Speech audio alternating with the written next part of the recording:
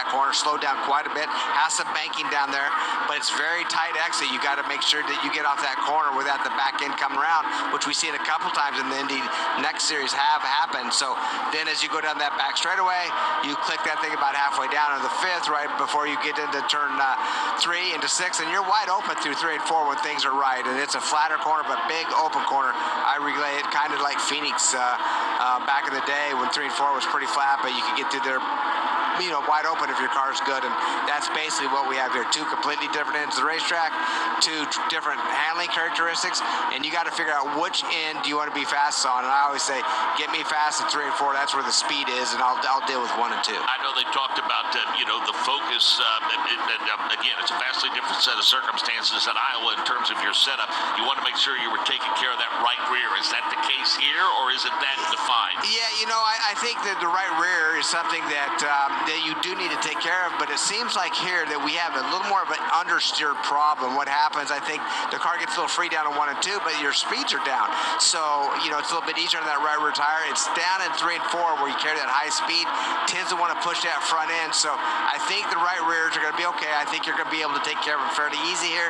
You got to remember, just yesterday, Mark, 104-degree temperature here with, the heat index was 116. Super hot today. Rained all day. It's cool. It feels good outside. About 5 cars taking a wait-and-see approach after their initial install laps. Early on, Marcus Ericsson is fast at 177.724. Newgarden, DeFrancesco, Rossi, and Rosenquist to top 5. Jake Query.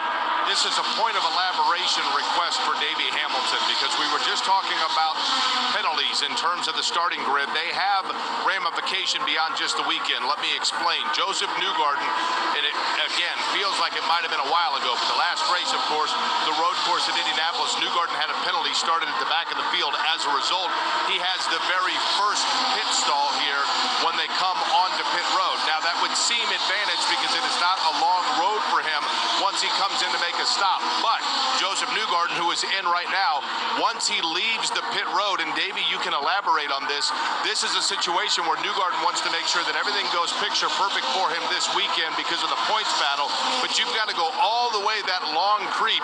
That's not an issue in terms of the speed, but in terms of the distractions and those coming in and out of their pit stalls, if you could, Davey, just elaborate on the challenges that now creates for Joseph Newgarden that might even be what he's not accustomed to because, of course, he's used to starting in a much better pit stall. Yeah, you're right. I mean, being in that first pit stall, people choose that and want that for a reason, obviously. And there's a couple reasons. Obviously, an easy out. It's a little easier getting into those. And you pass the start-finish line when you make your pit stop, Jake. So what that means is when you cross that start-finish line, that counts you another lap up. When you're on the turn 4 side of the start-finish line and you make your pit stop, it doesn't count you a lap up. So sometimes if a yellow falls at the wrong time, or it could play against you at that point. And that's one thing people really don't like, the back half of the pits. Now, here's a positive over there. He has a good in and a fairly good out. As long as he doesn't get involved with all that traffic, as you said, there's big opportunity to get tangled up in pit lane the farther back you are than that first pit. So it's going to be new for him, but he's a veteran. He knows what they're doing.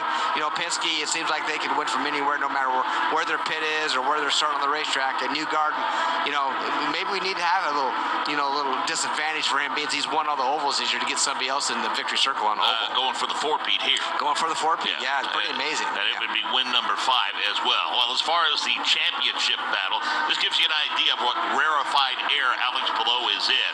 Since 2008, the driver who has led the championship with 3 races to go has won the championship 9 times. And the 101 points that separate Palou and Dixon, the largest margin with 3 races remaining since all the way back in 2008. Wow, and that's pretty amazing. Yeah, those are great stats to go off of. And one thing that's great, it's good we came back to this racetrack. We did come here for quite a few years, and this is just another challenging racetrack. We love the ovals, and obviously the fans love it. We got a lot of people coming here for this weekend.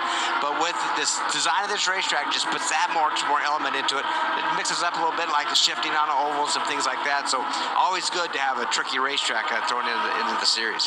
Between 2003, 2017. We were last year 2003, and then returned in 2017. Well, back to Alex Palou during the media opportunity earlier this weekend. Our Michael Young caught up with your points leader. Here with our points leader, Alex Palou. Alex, a lot of distractions off track. Is there anything you need to get off your chest? We would like the therapy couch here. If you need to discuss anything, unload a little bit. With you right now? With me right now, if that helps in any way, shape, or form, I'm here. I want to win. Yeah, I don't know. That's the only thing I have in mind now. Obviously, there's a lot of noise around, lots of distractions. It's not ideal, but it is what it is. I think it's just a continuation of what we had last season, that hopefully it's done and resolved as soon as possible. But yeah, honestly, I just have winning the championship in mind and winning races. I think we have a great opportunity, obviously with the championship, but also to continue the year that we had so far on fighting for the race wins each weekend. It's interesting you talk about last year, and those distractions started last year, and you finished so strong at Laguna Seca, and you come into this season and you've just been flat out great this entire year. Did anything change with you as a driver? Obviously, you came off a championship, and then coming into the 2022 season, what has your racecraft, has it changed? How has it changed? Or has it been the same the whole time? It's just everything's working. Yeah, I mean, I wouldn't say it's been the same as 21 or as 22. I would say that in my mind, obviously, I wanted to do the same things, but maybe I was not capable of just because of the knowledge I had or the experience. I would say that we keep on evolving each weekend and improving as much as we can. Sometimes works, sometimes doesn't, but it's true that this year it's been working really well so far. But yeah, it's not over. We need to continue the form. We need to continue pushing. We cannot get just like relaxed at any point, because in Indycar nowadays you can lose a lot if you get distracted for a weekend. So yeah, we've been working a lot, trying to get the my overall form as good as possible for this weekend. We were pretty good last year here, but we want to be better. Still an opportunity to win the $1 million too, and the people ready for us for good challenge that you can win this weekend. Yeah, that's a goal. That's a goal for the team, for the American Legion, and for myself. So we're gonna go and try and win it. Let me quickly, the importance of Barry Wanzer with you as a relationship. Yeah, it's been amazing. It's been really fun. Yeah, hopefully we can win a couple more races this year. We'll keep our fingers crossed for you. We'll let you get back at it. Best of luck here at Worldwide Technology Raceway. Thank you. That's our points leader, Alex Palou. Regardless of the perspective, you may think that some of the distractions have been self-inflicted. There's no doubt that he hasn't backed away from them, Davey, and boy, he's handled them at least publicly with about as well as you could expect. Yeah, anybody. and we can't, with a lot of speculation behind the scenes on what really happened there. Let's just hope this. You hate to see politics in racing. Unfortunately, they are there. So let's just hope for the best result for Alex Palou, for Chip Ganassi, for Errol McLaren. We all want to be happy. We all race together. I don't think all this needs to be there. I mean, let's do what's fair, whatever that is. We don't know what that is. Let's just do what's fair. Don't try to, rake somebody over the coals, any three of those parties involved, and just make it happen. Let's just move on. We got great racers. Let's keep the series strong, and let's just keep rolling forward. 340 laps collectively have been turned in a little over 15 minutes or so, folks. So plenty of activity for sure. Joseph Newgarden is going to P1, 180.040 miles per hour. Colton Herta is second quick at 178.142. Marcus Ericsson, 177.724. Callum Eilon at 177.572. Alexander Rossi at 177.504. Scott McLaughlin, the 177 range, along with Pato Award, Roman Grosjean. Stingray Robb, 9th quick at 176. Devlin DeFrancesco currently 10th quick, 176.530. Michael Young. Yeah, Scott McLaughlin, the 3-car was just 3rd quick moments ago, has fallen to 6th quick, as you just mentioned, Mark, and the reason why he's fallen is because he's not on track. The team making wholesale changes on the springs. They've done it on the front, they've done it on the back, they've taken those dampers off, and they are putting on new springs.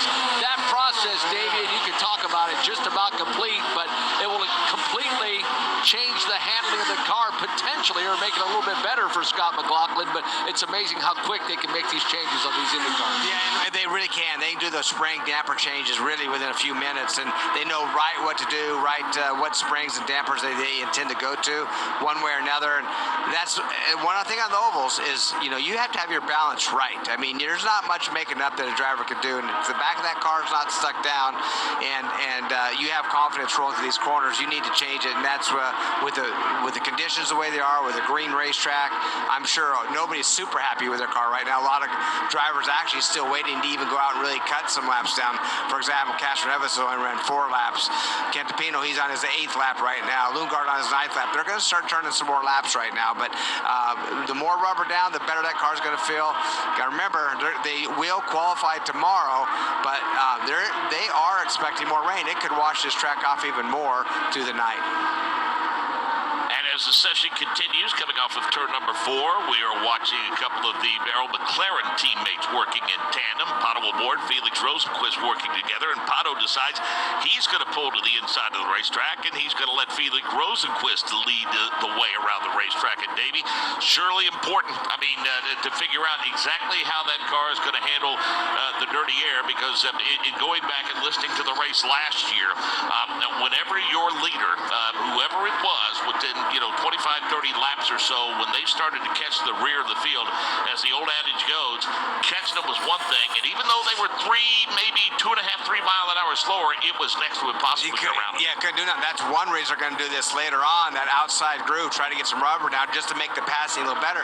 We did see that, Mark. It was pretty amazing when we seen the leaders catch up to the back field fairly quickly, then all of a sudden everybody stayed the same distance apart, which that's not what we want. We want to be able to get up there and do some passing. Hopefully our package this year will help that outside line that they're going to run in here a little bit later on is going to help that. And, back to, we never want to see restarts, because restarts generate restarts and yellows generate yellows, as we say, but sometimes it sure makes it exciting. I mean, I remember back when we were just talking about this earlier, when Newgarden and at the time teammate Pagano got touched some wheels going down to turn 1 for one of the wins that Newgarden got, kind of moved Pagano out of the way. It gets exciting down to turn 1 for sure. Well, Davey, it wasn't the Danny Sullivan spin and win at the Indianapolis 500, but it was a spin and win nonetheless for Scott Dixon. And boy, the number 19 was rather significant for him at the Indianapolis Motor Speedway on the road course a couple of weeks ago. Extending that record, that 319th consecutive start, actually setting it, and the 19th consecutive season with at least 1 win. Yeah, unbelievable. I mean, Scott Dixon, just as quiet as he is and under radar that he goes, which pretty good life right there to be able to do that and be able to accomplish what he has in this sport, and being able to really rewrite a lot of the record books. You can never count Scott Dixon out. And the crazy thing is, he's not done. He's still, he's still plenty fast. Still has a great opportunity with that Ganassi Racing team, and a lot more starts are going to happen. And that record's going to continue to go up. I feel wins are going to continue to happen, and he's a guy that's fun to be able to watch him through his career. He won here in 2020. He's currently running at 13th at 175.556. Jake Query. We're mentioning the fact that the Arrow McLaren teammates out on track, Pato awarded Felix Rosenqvist working in tandem. The other of that trio would be Alexander Rossi, who has brought his Velos Chevrolet from Arrow McLaren here onto pit road. Second fastest on the chart, as you just mentioned, Mark, is Alexander Rossi right now, trailing only Joseph Newgarden in the laps that have been turned in. When he came in, first thing they did is took a real long look at the rear tires and just the overall wear and the temperature in the rear tires. They took the cowling off on the rear. Looked like they were possibly going to make an adjustment or an examination of the springs, but rather now what they've decided to do is they're going to put on the softer compound red tires now for Alexander Rossi after a long, hard look at that. So Rossi will go out with that alternate compound. Again, that new curveball we've talked about here at Gateway this weekend. So they're in no hurry to get him back out. They're putting the rear cowling back on, and then we'll see Rossi out there. So curious to see how his times and speeds may change now when he goes with that new set of tires. 15 some odd races over the years here, Davey, under various banners, including CART, the IRL, and Indycar over the years. And would you believe that in all of that time, only 3 drivers have won for the pole here? Yeah, and that is pretty crazy. And because this track is, well, it's oval, so that's somewhat expected. But this does have an advantage being on the front row. The farther you can be. For example, Ed Carpenter right now, 28th quickest in this, which is the slowest right now. Power went out on on track, caught up to Ed, got about 10 car lengths behind him, and has been sitting there for about the last 7 laps, has not been able to make any move on him. So that goes to tell you what we just talked about. Sometimes you catch up to slower cars and you just can't do anything with them. Those were the same 2 guys involved in that scenario last year in the race, as you recall. Yeah, that's right. Will was leading the race early, and I believe led the most laps. Yeah. And, of course, had the long rain delay, over 2-hour rain delay last year. That's right. Yeah. But, yeah, in the first stint of that race, he caught the rear of the field. Will did, caught Ed, and had trouble catching up to him. A lot of experience here. 24 drivers have competed in past events at this racetrack. So, Team Penske, by the way, in case you're wondering, dominant here, 8 wins over the years. Yeah, no surprise. I mean, Indy 500. Matter of fact, Penske's won all the races this year on ovals, all with one driver, Joseph Newgarden, who's P1 right now in the speed charts. So no surprise. They know how to get around here. They know how to get the job done. Just the amount of Indy 500 wins he has, and you look at the oval records, and Penske's on top of that list right now. Rossi's challenging. Looks like Chevrolet has some pretty good cars right now with Newgarden first, Rossi's second, but you got Herta and Ericsson in those Hondas, third, fourth, and Eilot. How about that for the Uncos Hollinger team? 5th quick right now for Eilot. 572 laps turned in this session already, with about 37 minutes remaining in it. Joseph Newgarden, the only one to eclipse 180 miles per hour, 180.040. As Jake Query just told you, 178.310 for Alexander Rossi. Herta, Ericsson, Eilot, the top 5. McLaughlin, Award, Grosjean, Robb, and DeFrancesco through 10th. 11th is Castro Neves, 12th is Kirkwood, 13th is Dixon, 14th is Rosenquist, 15th Malukas. Hunter Ray is 16th, 17th Canapino, 18th Daly, 19th Power, 20th Pillow, 21st is Sato, 22nd Lundquist, 23rd Ferrucci, 24th Lundgaard, 25th Benjamin Peterson, Graham Rahal, 26th Quick, 27th Regis VK, 28th Ed Carpenter, Michael Young. It's interesting as Alexander Rossi goes back on track to make note of his second quick lap speed, because he is the first to take on those reds. It's been much to ado about it on our video screens here at Worldwide Technology Raceway, and as Rossi makes his way around, expect to see more of these drivers and teams switch over to those alternates to see what they can do. It's going to be interesting to see that pop up on our timing and scoring. We're not used to seeing that when we come. Yeah, right. Yeah, that's right. Absolutely. So to give you an idea what the schedule's like the rest of the evening, still plenty to see for those of you enjoying us here on the PA this evening. Welcome. Happy to have you with us, in addition to all of you listening along the way at various places like Sirius XM. These are Eastern times, by the way, 9 to 9:25, an Indycar practice session where they hope to bring that high line in. A couple of 10-minute groups from 9 to 9:10, then 9:15 to 9:25, and then Nick Yeoman will handle the festivities. We'll go out and up call the backstretch at 3 and 4, as we'll have the Indy next race at 9:35. An interesting practice session for them, as one of the championship contenders, Nolan Siegel, had an issue with that session. Unfortunately, got in just a little bit high. You remember they're the first cars on track this afternoon. Got a little high, back in, stepped out, slid up into the outside wall in turn 2. Didn't hit it very hard, just did some wing damage. But unfortunately, Ernie Francis Jr., he got into the same thing and slapped into their car. So most of the damage was done from Ernie Francis getting into Siegel. But hopefully they're down. Well, they're down there right now working as hard as they can to get those cars ready. You mentioned earlier, we talked about the announcement earlier this week that Marcus Ericsson is headed to Andretti Autosport next year. And you and I sat down earlier today. One of the things we did during the rain delay is we actually listed all of the cars. And as we said a couple of weeks ago, by the time we get to St. Petersburg, we may see a ton of familiar faces, but they'll be a different team. Yeah, we kind of count on 4 drivers that are in this series right now. Today probably will not be here, that are in this season with a ride. But then there's, it leaves opportunity for some new faces to come in. A lot of teams switching. I think it all, as you mentioned, all kind of pivoted around Palou. Once Palou made the move, I think a lot of other teams are kind of juggling around to see where they may land. So it's going to be interesting over the next month. Interesting to note, though, you say made the move. I guess technically he didn't make the move, and many felt that if he had made the move and gone to a different race team, that would have resulted in a lot of dominoes falling. But I think even though he's going to stay put, it's still going to create a lot of movement. Yeah, it does. Absolutely. And either way, I mean, it was all really kind of, the pendulum was all on Palou. And now that he's made his choice, knows where he's going to be, I I think everybody's kind of scrambling around. You know, the very next announcement was Ericsson over to Andretti, and that was Pelot's teammate. Also, you know, he won a 500 for Chip, ran second last year, had a really good opportunity to win a second Indy 500. Kind of hard when you win a 500, get second one.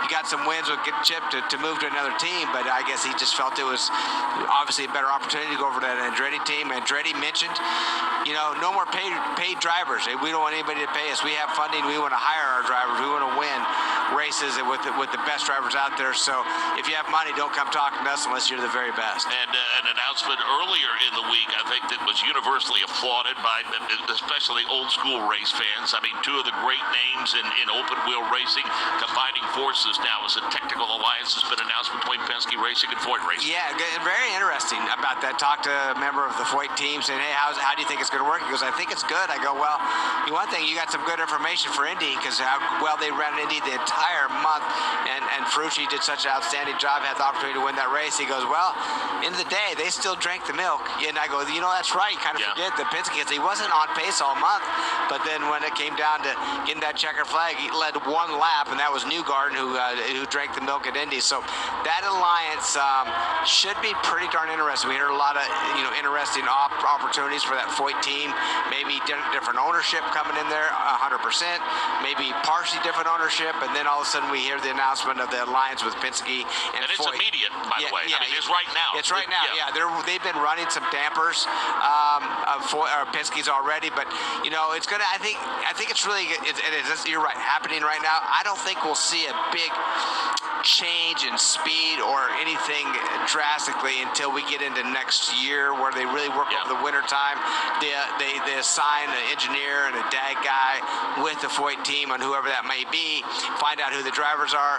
But right now, I think it's a good start. But I look for good things for next year for Foyt. Michael Young, you say yet more drivers are choosing to turn some laps on those alternates now from what you see on pit road. Yeah, making my way up and down right now. Both of the Meyer-Shank racing cars are making that transition now. Elio should be out any second if he's not already. Linus Lundqvist will be doing it as well. And as I make my way down pit lane, Will Power has just strapped the alternate reds on. So that softer compound, we will see how Will fares. Looking at Marcus Ericsson, still no change for that team. But slowly but surely, Mark, they're starting to make that transition. And we'll see if the speeds do increase. And more importantly, see what kind of reliability these red tires have. And that's the biggest concern, I think, is their reliability. And I think all of these drivers are curious, Davey, is the benefits of them depending on what that fall off is like. Well, we found out, you know, it's a softer tire. So, yeah, you have to find out what that fall off's like. You got to see, is it good through the whole stint? Is it faster through the entire stint? Or is it going to be a fall off, you know, 10 laps in, and you're going to struggle after that point, which is never fun at these high speeds, struggling with cars moving around. But they have to find that. I'm interested to see exactly which cars have ran them and which ones have not yet out there. I've kind of been looking on our chart to see who that is and if they have any little notes on here for us of which tire they have on, but I don't see one. A seemingly somewhat forgotten driver through most of the season has suddenly turned into a hot commodity. We're talking about last year's Indy Next champion and Linus Lundqvist. He is piloting the 60 machine this weekend from Meyer-Shank, and Michael Young caught up with him earlier this weekend. Here's Linus Lundqvist getting ready to come into Worldwide Technology Raceway. You know, it's funny, Linus, I'm old, so I've been around and I've seen a lot of drivers come through the ranks and try to make their way into Indycar. And what I've always admired about you this season is that you've always stayed positive. And what's so great is not only a fan, but somebody that covers the sport, is that you're getting your break now. And you've taken advantage of the break, but not only that, it looks like all that consistency of the positive mentality has paid off. Where were you mentally early part of the season to where you are now? Early part of the season, I struggled to get out of bed. No, it wasn't that bad, but obviously I was disappointed. Like I said, I tried to keep positive, and you know, I was kind of at a point where I told myself that this could be, you know, career-defining and almost career-ending by being out of a seat. But I told myself that's not going to happen. That's not going to be me. So, you know, I got my ass to every IndyCar race that's been this year, apart from two, I think, that I missed. You know, I had my helmet, had my seat ready to go in case something happens.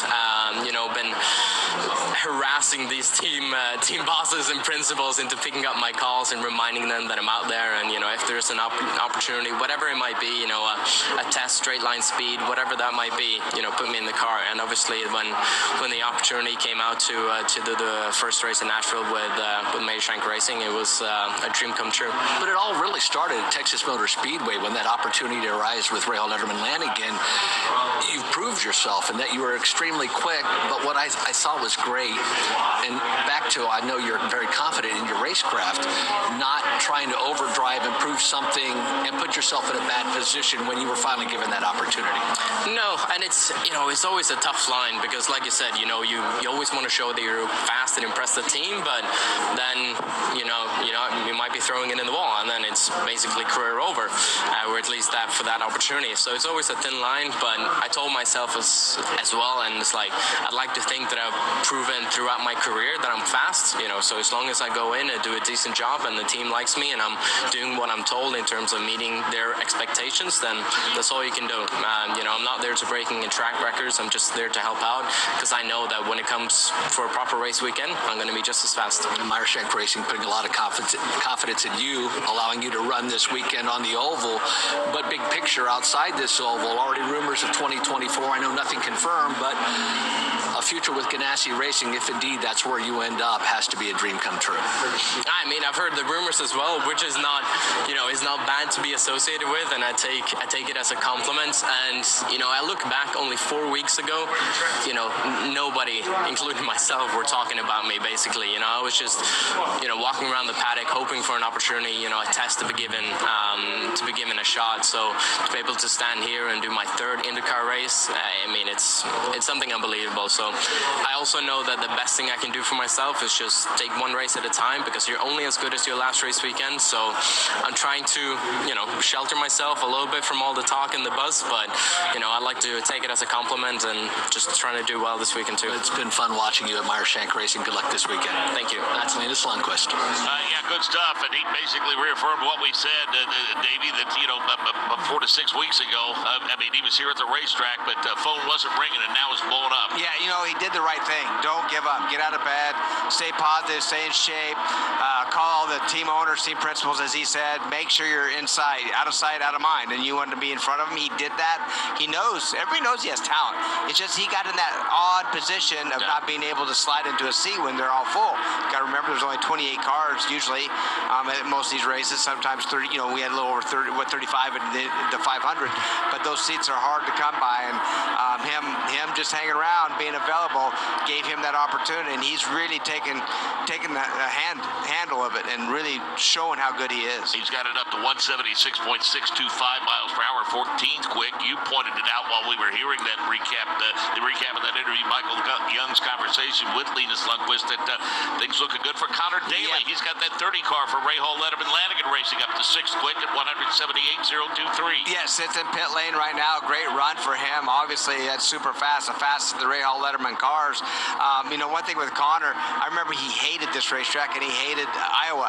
Then he ends up sitting on the pole at Iowa. He has a couple good finishes there. He loves these places now. He runs really good at them, and obviously he's shown how good he is at this racetrack. Very tricky oval, and like I say, the fastest Rahal car right now in that 6th position by quite a ways. Actually, I have to go down the list to find the next one, which should be where's it even at? Lundgaard in 23rd spot, Rahal 27th. So wow, what a great run by Connor Daly and that Rahal team. It's not a throwback weekend, but you look at that MyJack livery that Connor's running on his car, and then you look at the Hogan sponsorship, the Hogan Trucking sponsorship on Graham's car this weekend. It's a bit of a throwback weekend for Rahal Letterman Lanigan Racing. You see Hogan great big on that 15 car Grams. Looks like they're doing a damper spring change in the front of his car as well. Putting a little fuel in it, got some air going in there. He's getting ready to go back out again, but you're right. And a lot of people involved. He's had a lot of partnerships. That's Bobby Rahal. He's done a great job, not only as a driver, but as a car owner, to get a lot of great partners and associates on that team. The Indycar app, by the way, powered by NTT Data, is available for free to fans worldwide, including those of you listening to us here tonight in the stands. Climb on board with in-car cameras. Follow along with live timing and scoring and listen to the radio broadcast. Download the app today in the App Store or Google Play. Joseph Newgarden continues to find the fast way at 180.040. Scott McLaughlin has jumped up to P2 at 179.353. Felix Rosenquist, he was an early taker, ran about 5 or 10 laps before most cars came out. He's turned 41 laps and he's up to 178.518. Rossi has slipped to fourth, but still plenty fast at 178.310. Colton Herta, fifth quick. Then Connor Daly is sixth. Erickson at 177.724. Callum Eilon up to 177.572. Pato Award, Will Power complete the top 10. Roman Grosjean 11th. Polo is 12th. Stingray Robb is up to 13th at 176.692. Linus Lundqvist, as we mentioned, 14th quick. Devlin D. Francesco 15th. Kyle Kirkwood 16th. Elio Castro Neves 17th. 18th Dixon 175.941 for Scott Dixon. Takuma Sato 19th fastest. Maluka's 20th. Lundgaard 21st. VK 22nd. 23rd is Hunter Ray. 24th Canapino. 25th is Ferrucci. Benjamin Peterson 26th quick. Ray Hall 27th quick. Ed Carpenter right now 28th quick. And Davey, to give folks that are here in the stands are listing an idea of the disparity. The top two cars in timing and scoring at 180.040. Second fastest car at 179.353. 27th fastest is Ray Hall at 174.07. Ed Carpenter at 169.031. Yeah, that's, looking at Ed, seemed way, and Ray Hall way off the pace. When you got 10, 11 miles an hour, they're gonna get lapped fairly rapidly. I'll be honest, it'd be about 12, 14 laps. They could be in danger of getting lapped, so they definitely need to find some speed, just to be comfortable.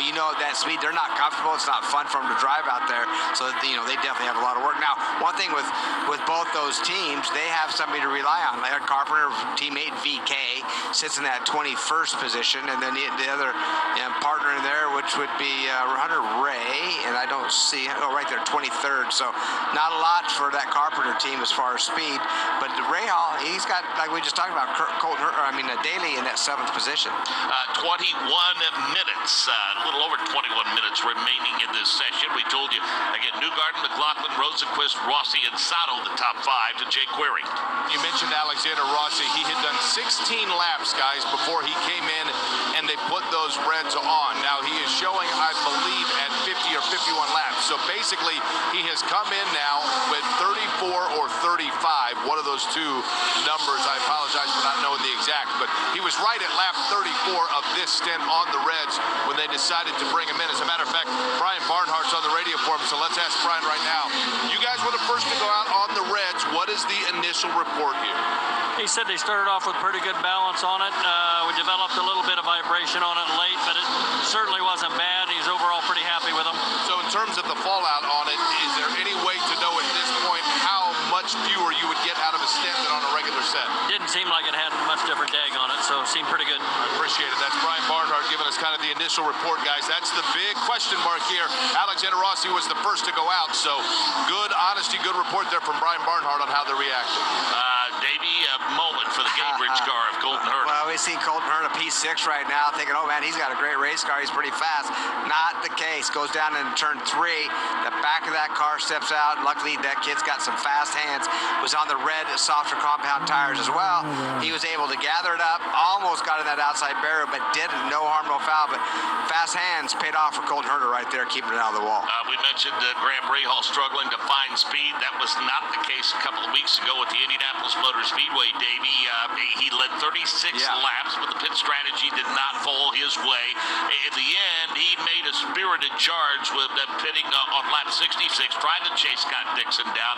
And while certainly he was somewhat buoyed, and the team is as a whole with the second half of the season that they had, he was about as disappointed as I've ever heard a second-place driver be. Yeah, well, rightfully so. He ran, honest remark, he ran the perfect race. He did such an outstanding job. I felt ran the perfect race all day long, kept himself out front. And what happens? Nice, man, Scott Dixon gets hit, spins out, puts him on a different strategy. He comes in to put, and you, as a leader, you're not going to come in that early to change tires and do stuff. Like on lap 4. And then when he topped off after that. Remember, That's right, he topped off yeah. before it went green again. Gave him enough fuel to save fuel and get away with one less pit stop than Graham. Graham's probably going, how did he get in front of me? You know, like he didn't pass me, and he didn't. But one less pit stop to do that there, and Scott Dixon won it. But Graham put a heck of a charge on at the end, got up to him. Scott Dixon's lucky there wasn't one more lap because I think he would have ran out of fuel. So, man, a lot of guys did run out of fuel. Was on that strategy as well. But you know, I feel bad for Graham. I mean, Scott Dixon does what Scott Dixon things, and that team as well. Great strategy on their part. By the way, they wouldn't have played that strategy or wouldn't have worked unless they got hit and spun out. So that's a lot of luck was involved. 18 and a half minutes remaining in this session. Again, Joseph Newgarden continues to be fast. 180.040. And again, Davey, he's going for the 4-peat here. It would be his 5th win overall. 5th win overall, 4-peat. Pretty amazing that somebody has this track that dominant. And I tell you what, it is tricky around here. And it takes a different style. And obviously his style fits this place perfectly. Another thing I want to just real quick say about Colton.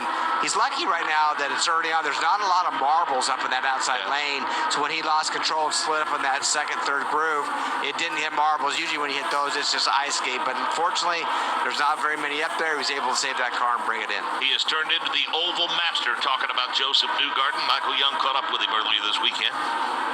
Well, we come into the Worldwide Technology Raceway. You've won the last 3, Joseph Newgarden, and you've won 4 overall. I think someone nicknamed you the Oval King. It's like Oval Team, but you're the Oval King. It's been an amazing season for you, and you look at the fact that if you win this race weekend, you'll be the first driver to ever win every oval race in a season. Did you ever consider yourself the Oval King or even that good at ovals? You know, I don't know that anyone really cares nowadays. Maybe that's a negative way of looking at it, but I mean, for me, it's always one race at a time. It's more than just the ovals. You know, it's one of the things I love about Indycar is that it's a multifaceted championship. You've got to be good everywhere.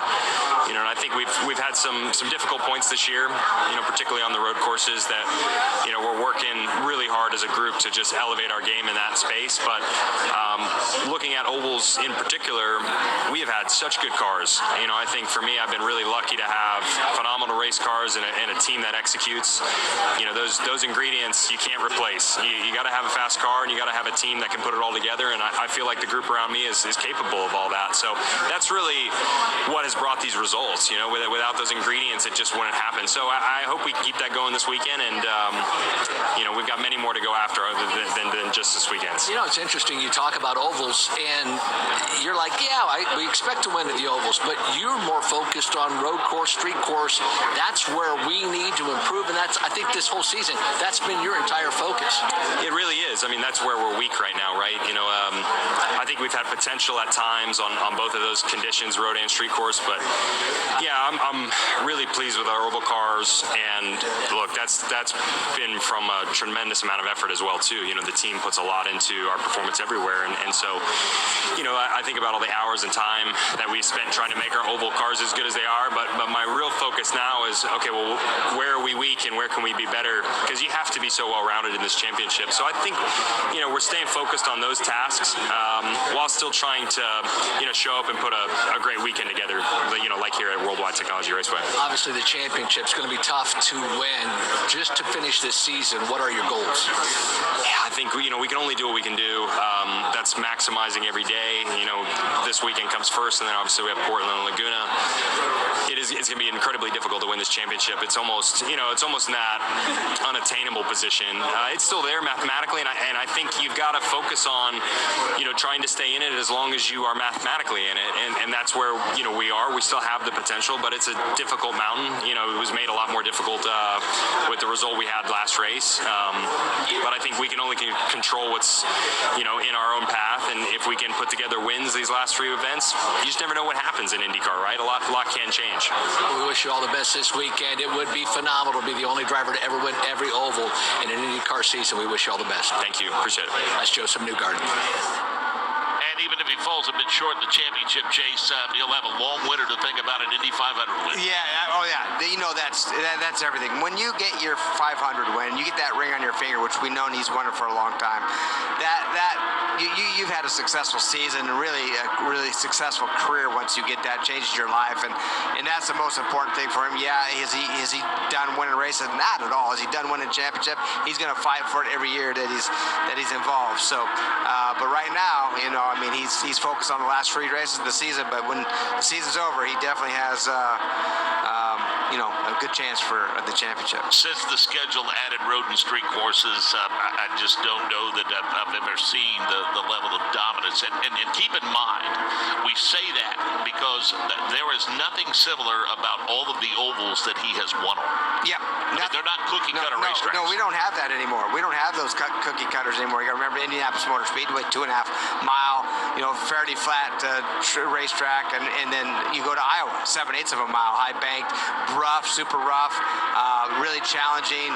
And by the way, it's a double header there. I mean, that's another thing. I mean, you don't have to do it once, but you have to do it twice. And he just had a good weekend the entire way. As we watch Will Power coming on to pit lane right now, and just seeing how fast he's going. He's second gear, cruising pretty good down pit lane. That's another thing.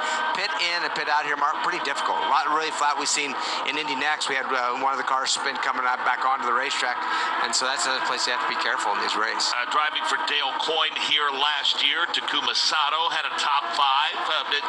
Good weekend, good race for Dale Coyne a year ago with David Malukas finishing on the podium with a late charge, and Sato finishing 5th. He has worked that 11th car up to 3rd quick now, Davey, at 179.206. Really good run. I mean, Sato has won here, as you said before, has had good runs here. Malukas also in that 12th position right now. This really kind of showed us the talent that Malukas, we knew he had it, but when he almost, could almost pull this race win off, we all thought, wow, he is, they're really good. He's got a lot of talent. We kept an eye on him. He continued to run up there, and then all of a sudden the Coyne as a team fell off pace a little bit, and I think that's where Malukas decided, he's going to make a change. Don't know where he's going to land next year, but we know it won't be with Coyne racing. Matter of fact, I see Coyne with 2 new drivers next year, to be honest with you. I think, David, if you go back and listen again to last year's race and kind of doing the recap to do prep for this one, I remember he wished he would have listened to Pancho Carter a little sooner, who told him to get up in that high line, told him he'd be fine up there. That's one of the things he said in the post-race. He said, I should have listened to Pancho a little sooner. Yeah, right. And Pancho, and I think Pancho's good. He knows when he sees somebody up there just flirting with it, he knows if it's okay or not. He's a former driver. He's a great spotter. You got to trust him, and he's not going to steer you wrong, that's for sure. And he did, and boy, he steered Malukas definitely in the right direction. Got up on that high line, and boy, he was letting it eat. Hey, again, folks, once this practice session wraps up here in about 11 minutes or so, we will continue the festivities with what we call highline practice. That's where they're trying to get that high groove rubbered up. Doubly important, Davey, with all of the rain that we got today. Yeah, it really is. I mean, we talked about it earlier with Power, who currently sits right now 4th on the scoring chart. He was behind Ed Carpenter, who was 28th, now 27th, and couldn't do anything with him. So there's a speed difference. You got a guy that's in 4th, a guy who was in 27th right now. He gets behind him, you can't pass him. It's just so that where that second groove needs to have some grip. There's no rubber up there at all right now. So that's going to allow all these teams to go out. It's better for everybody to go out there, run that second groove, get some rubber up in there.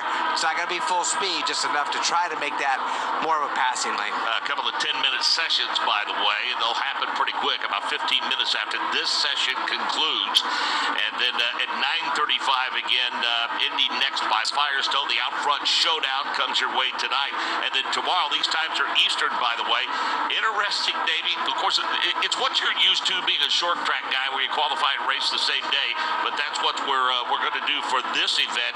11 o'clock Eastern, Indycar qualifying tomorrow, and then, of course, we'll go racing a little bit later. Yeah, that's right. Moved just a little bit. Things have changed around, but they're all making it work. Obviously, the Indycar says, ooh, it looks like Sato got really high. It looks like maybe he scuffed that wall coming off turn 4. We got a yellow flag coming out. He's still motoring around, Mark, but it looks like he got to get that wall to bring that yellow out. The only one we had so far, it's got the softer compound alternate tires on. But back to your schedule, the track and the league obviously work hand in hand. Yeah. They put it together. They're going to make it happen this weekend. And, there's a lot of pieces and parts to that for sure. Whenever weather gets in the way, there's there's a lot of folks going to be involved in those meetings and everything. But in addition to that, you're going to be busy this weekend, not only here, but in the USAC Silver Crown Series. Yeah, you're looking forward to it. The USAC comes, it's going to be quick and down and dirty, get it done. But a 100-mile race for the Silver Crown cars tomorrow. Going to practice and qualify early on. Then line them up right before the Indycar race to put 100 miles in. Right now we're watching Sato down there in turn 3, gets up high. Boy, he does not hit the wall right there. Boy, pretty amazing. But what he did, there are marbles starting to accumulate down there, which we talked about there. Those earlier with Colton, wasn't that many.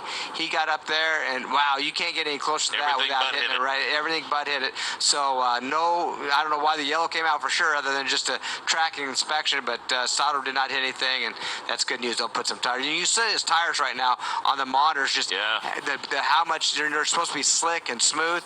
Well, you see all those marbles. Looks like almost a rain tire that's got so much debris built up on it. And he, along with Scott McLaughlin, closing in a bit on that 180.040 speed laid down by Joseph Newgarden.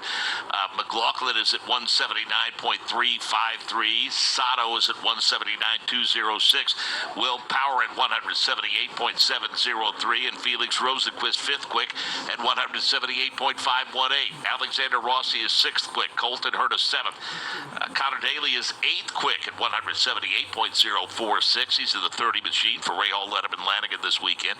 Marcus Erickson, 178.040. Callum Ilott at 177.572. Pato Award is 11th quick. David Maluk is 12th quick. Then Roman Grosjean, 13th quick. Below, 14th quick at 177.030. Stingray Rob, 15th quick at 176.938. As we get back to green flag conditions, Scott Dixon, 16th. Linus Lundqvist, 17th. 18th, DeFrancesco. 19th, Kirkwood. 20th, Lundgaard. 21st, Elio Castroneves. 22nd, Canapino. 23rd, Hunter Ray. 24th, VK. 25th, Ferrucci. 26th, Peterson. 27th, Carpenter. And 28th, Graham Rahal. Question is, Davey, how much intel data are you going to gather from your car in terms of your qualifying setup, given you're running now and you will not qualify until 11 Eastern tomorrow? It's going to be different. Now, that all depends on the rain, Mark. I mean, if it does not rain tonight, which it shows it's going to, the track will actually stay probably pretty good. Now, one thing, we will be on track before Indycar with a Silver Crown cars. That's a different rubber, Hoosier tire rubber against the Firestone. Going to change a little bit, but we will be up in that second groove, more than likely, playing around a little bit. Hopefully, the rubber's compatible, and these guys that come out, their balance stays pretty much the same. Again, a lot of laps being turned in, Davey. We're closing in on 1,500 laps turned for the session, and you can accomplish that when you have just one brief yellow. Yeah, one brief yellow right now. Still have over 6 seconds left, 6.5 seconds, or 6.5 minutes left in this session, so plenty time to turn more. But one thing that's not surprising, I want to look up here, a lot of laps turned. Newgarden was 63. McLaughlin, Power, 1st, 2nd, 4th. Those Penske cars still really strong on the ovals, obviously, with Sato slid in that 3rd slot. As we've seen, he made a little mistake, got up a little bit high, got in those marbles, but still sits 3rd. So a former winner here, he knows how to get it done. But then you got those two McLaren cars, 5th and 6th. And by the way, that's not Pato. That's Rosenquist and Rossi. Pato's down in that 11th spot. Let's yellow. Of course, turn 1. Another big one off of turn 2. Looks like Will Power's involved, and Marcus Erickson coming off at turn number 2. Yeah, and it looks like another one of McLaughlin looks like off of turn 2 as well. Pretty good damage, to that Erickson car. Really big damage to that. Obviously, we see McLaughlin just in the grass, super wet, as you can imagine, with all the rain today. Looks like he's getting out of it. Didn't see anything. It started down in turn 1, obviously, but turn 2 is where it all ended up, so we'll see if we can see recap. But right now, pretty good hit. It looks like, to be honest with you, when we call it tub the car, when it gets into that monocoque, boy, Will is upset. Boy, his car was good. Like I said, we just talked to he's in P4. Quick. Yeah, and boy, that right front of Ericsson's car, that monocoque is ripped apart. I think it's going to be a complete chassis change for that driver, and boy, not good. And boy, Power is definitely upset. So we'll see if there's a replay, if we can see exactly what happened, update everybody. And we've already got a number of drivers that are serving 9-position grid penalties tomorrow, Davey. Yeah, that's not good. It looks like the one that escaped is McLaughlin in that number 3 Penske car, PPG on the side of it. Looks like he got in the grass, didn't hurt anything. Here we got a replay right now. Will Power, yeah, he just got up high, hits that turn 2 wall, got on those marbles, comes around, and boy, Ericsson just had nowhere to go. That was, just nowhere to go, and smashed right into the side of Power's car. And then we'll see McLaughlin. I don't see him anywhere in sight on what happened to him, but yeah, that Power just, like I say, got up too high. Those marbles are heavy right now. When he slid down, boy, Ericsson just clobbers him. Both those cars are extensive damage to both those cars. I wouldn't be surprised if both of them won't need, tubs replaced. Yeah, I wonder if McLaughlin had an issue similar to what Rasmus Lind had in the Indy next practice session earlier, Davey. This explains what happened. McLaughlin spun out on pit lane, slid up on the racetrack. Will Power had to go high to avoid him. There you go. Now it's making sense. Yeah, McLaughlin spun on pit lane, slides out. He just had to move where he's going to hit McLaughlin. He was right in the groove. When Power went high to miss him, we see it right there. He went high to miss him, and well, actually, I don't know if McLaughlin came off pit road and did, or if he just spun in front of him, but definitely he was just avoiding McLaughlin. That's all he did. He had no choice. So that wasn't on Power. I'll take all that back. He just was avoiding his teammate, got in the wall, and then Ericsson had nowhere to go and slammed him. So actually the guy that caused it is the lucky one. He didn't get any damage at all. So, wow. The clock is at 3 minutes and 15 seconds left as, because of that, the level of that collision, Davey, boy, there's some pieces and parts that spread along that backstretch. I don't see us going back to green right now. There was some pretty extensive damage. I think that they're just going to let this clock run out. We do have, like you said, the high groove running will definitely still happen for 10 minutes each session, and but right now I think as far as the all skate and trying to find speed, that's going to be over with. Relatively clean session until we had that brief caution for Takuma Sato when he got high at the exit of 4, and then just a handful of laps there. So again, you're taking a look at Will Power. Yeah, and it does look like that was off pit lane. Again, talking about McLaughlin, trying to figure out how he ended up there, and it does look like he was on pit lane, just spun around, came up in the groove. Will went to avoid him, didn't hit the side of his own teammate, got in those marbles, hits the wall, and then, like I say, Ericsson had nowhere to go. With, again, 2 minutes remaining, Joseph Newgarden at 180.040 has set the fast time so far. McLaughlin somewhat involved in that incident, 179.353. And Will Power, the aggravation and frustration understandable because he was fourth fastest at 178.703. Yeah, definitely frustration right there. Two really, really competitive, two cars that could win this race, out of commission right now. And that's never what we want to see when things are happening so quickly. These teams are going to be staying up. They've been here all day, by the way, all day from early this morning, and fighting through and just waiting the rain out. Now they got a massive amount of work to do, and that's not what these crew guys want to see. So the checkered flag is out, Davey, and that will bring it into this session, which we thought it might. Yep, checkered flag out right now. We see that Husky chocolate car, or Husky spritz on the side of that car of Ericsson on the flatbed. They're just picking up debris and just say here momentarily. Right now the weather's holding out and do see some dark clouds. We really want to see that Indy next race get in the books and get done tonight if all possible. Most of those guys, matter of fact, don't even have hotel rooms, Mark. They planned on racing earlier today and driving back to the home base in Indianapolis where most of them are located, and so hopefully we can get that in before the night's over. But right now, going to go out, and this will help the Indy Next cars as well, getting that outside groove a little better. Well, that fabulous Musco lighting system is now taken over here at Worldwide Technology Raceway, Davey, and there's no doubt about the fact that how very, very cool these race cars look under the lights. It really is. This is a great place to have a night race, and Chris Blair does such a great job with this facility and the fireworks that he does at night when we're getting ready to race, and then after after the race is just absolutely outstanding. And but it looks cool right now. But boy, bad news for some. As a matter of fact, we're looking at Graham Rahal right now. You can just see the disappointment on his face after really kind of a dominating weekend. The last event they were at Indianapolis, and right now, unfortunately, 28th on the speed chart right now, and that's not where Graham wants to be whatsoever. So we'll just have to regroup. We'll go look. It doesn't look like looks like he's out for the night. Doesn't look like he's going to partake in that second group testing. Looks like they got bigger fish to fry by getting his car a little bit better for him to drive in tomorrow's race. So this is the Bommarito Automotive Group 500 presented by Exalta and Valvoline, and Chris Blair, Vice President and General Manager, has been spending some time with us. Happy to have Chris doing so to talk a little bit about this amazing partnership that Worldwide Technology Raceway has developed with the Bommarito Automotive Group.